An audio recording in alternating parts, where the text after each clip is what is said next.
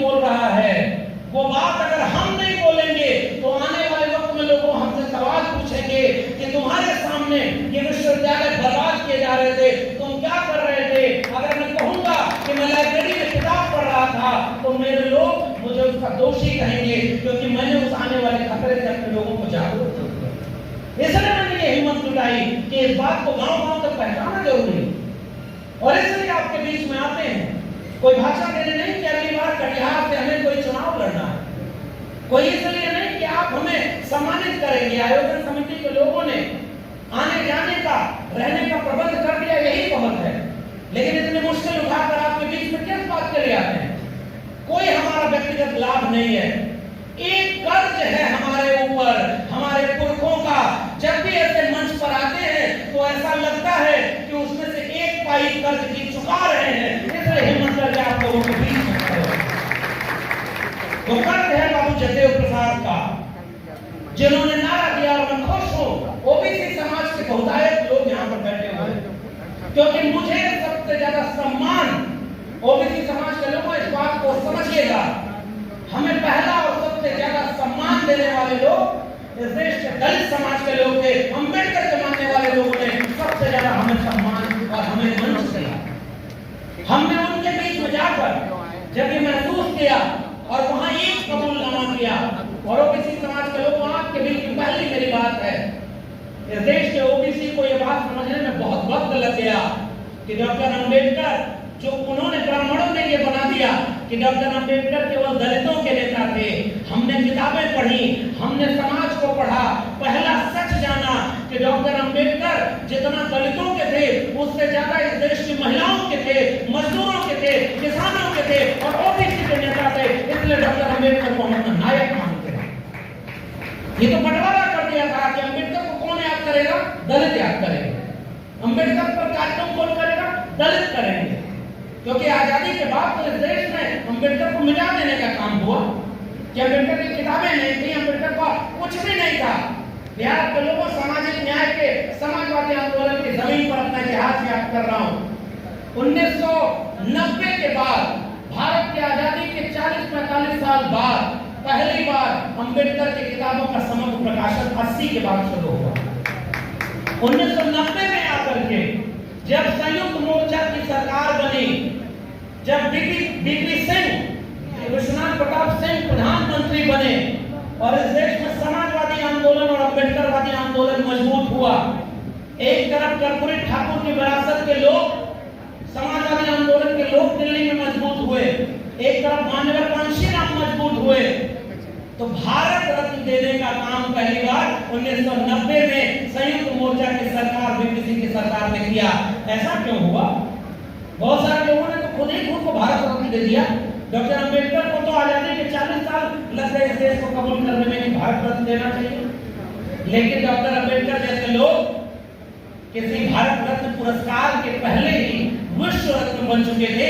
यह बात बहुत देर में इस देश के लोगों को समझ में आई, और मैं ये बात कहना चाहता हूं कि अब जो लोग इंडिया गठबंधन बनाकर कोशिश कर रहे हैं कि 24 में मनुवादियों को सरकार में आने से रोके, एक वादा उनको अपने घोषणा पत्र में और करना चाहिए कि जब हमारी सरकार बने 2024 में, तो 2024 में सरकार बनने के बाद हम माननीय कांशीराम और कर्पूरी ठाकुर के साथ बीपी मंडल को भारत रत्न देने का काम करेंगे। ये वादा करिए, देखिए आपको अपने लोग अपना मानना शुरू करें। बीपी मंडल भारत रत्न नहीं है क्या? कर्पूरी ठाकुर भारत रत्न नहीं है क्या? माननीय कांशीराम और जगदेव बाबू, मैं कहना चाहता हूं कि ये 3-4 लोगों से शुरुआत करो, फिर तो मैं ओबीसी समाज के लोगों अपने विरासत को जब याद करता हूं तो मुझे सबसे शुरुआत में एक जुलाहा याद आता है, हमारा संत, हमारा फकीर याद आता है कि तुम कत बाभन हम कत सूद और हम कत लोहू तुम कत दूध। ये बात कहने वाला काकर पाकर जोड़ के मस्जिद लई चुनाए, ताचड़ मुल्ला बाप पे क्या बहरा हुआ खुदाए, पाथर पूछे हरि मिले तो मैं पूछूं पहाड़, और घर की चाकी कोई न पूछे जाका पीसा खाए। अरे इंदोम राह न पाई, हिंदू की हिंदुआई देखी तुर्कन की तुर्काई। हमारा पुरखा कबीर कहता है, मुंह को कहां ढूंढे ले बंदे, मैं तो तेरे पास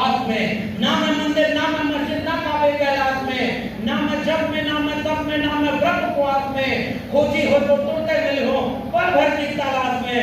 कहे कबीर सुनो भाई साधो, सब श्वासों की श्वास में। मैं अपने सबसे पहले वारिस को याद करना चाहता हूँ, और वो हमारे विरासत का नाम है। कितना शानदार सवाल पूछा था उन्होंने कि तुम कत बापन हम कत सूर, और हम कत लोहू तुम कत दूध।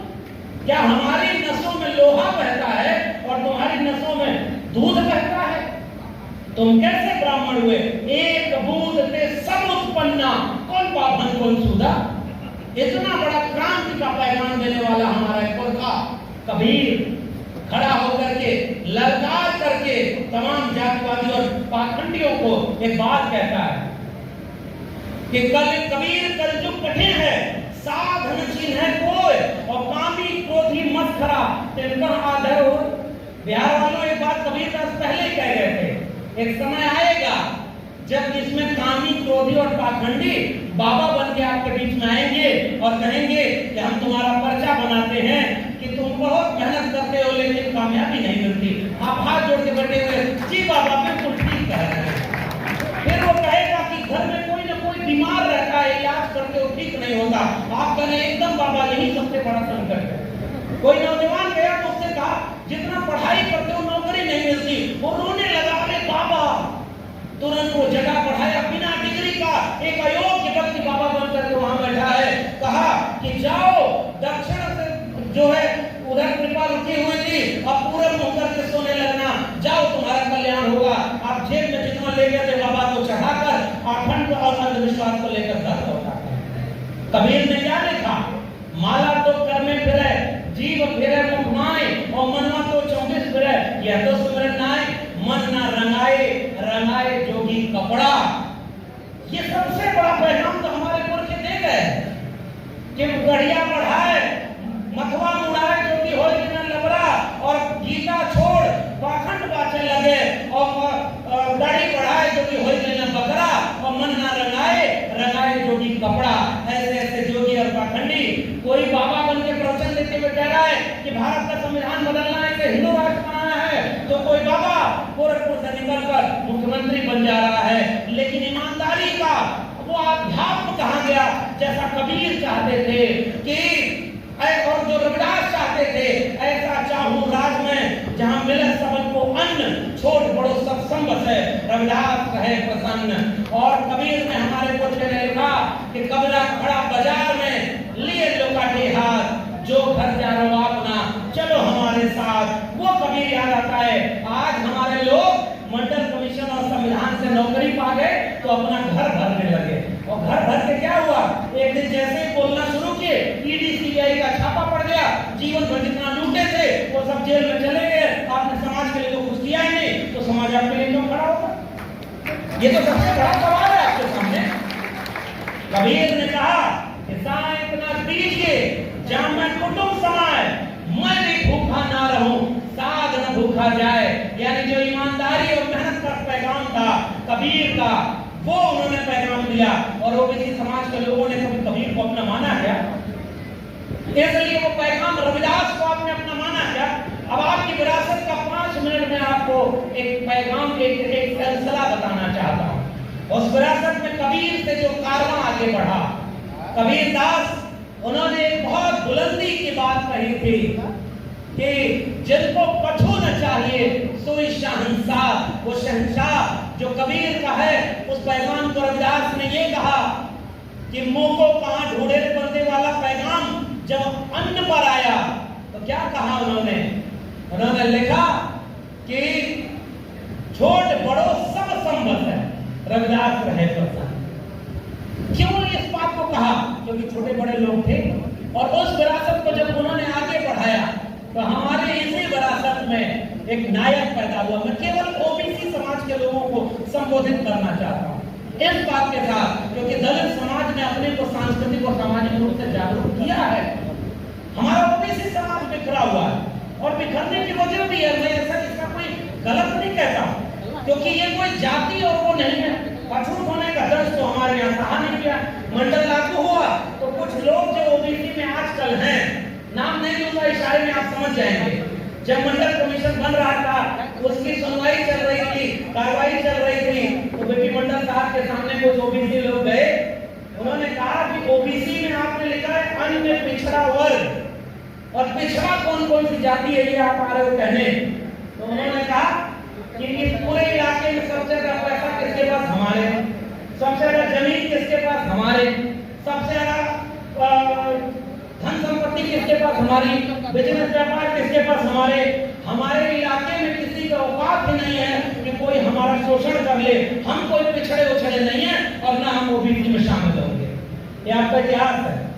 कुछ दिन बाद जब मंडल लागू हो गया तो ऐसे आंदोलन हुए कि हमको भी पिछड़े में शामिल कर लो, क्योंकि तब उनको समझ में आया कि जगह जमीन धन संपत्ति 2-3 पीढ़ी बाद जब खत्म होने लगी, तब जाकर के मंडल ने जो कलम और किताब का संविधान का अधिकार दिया था, वह जब पाना हुआ तो उनको पता चला कि हम तो ओबीसी में है ही नहीं, और धन संपत्ति तो लुट गई, लेकिन जो अधिकार मंडल ने दिया था वो नहीं लुटा, और हमारे जैसे लोग मंडल के बदौलत यहाँ पर पड़े।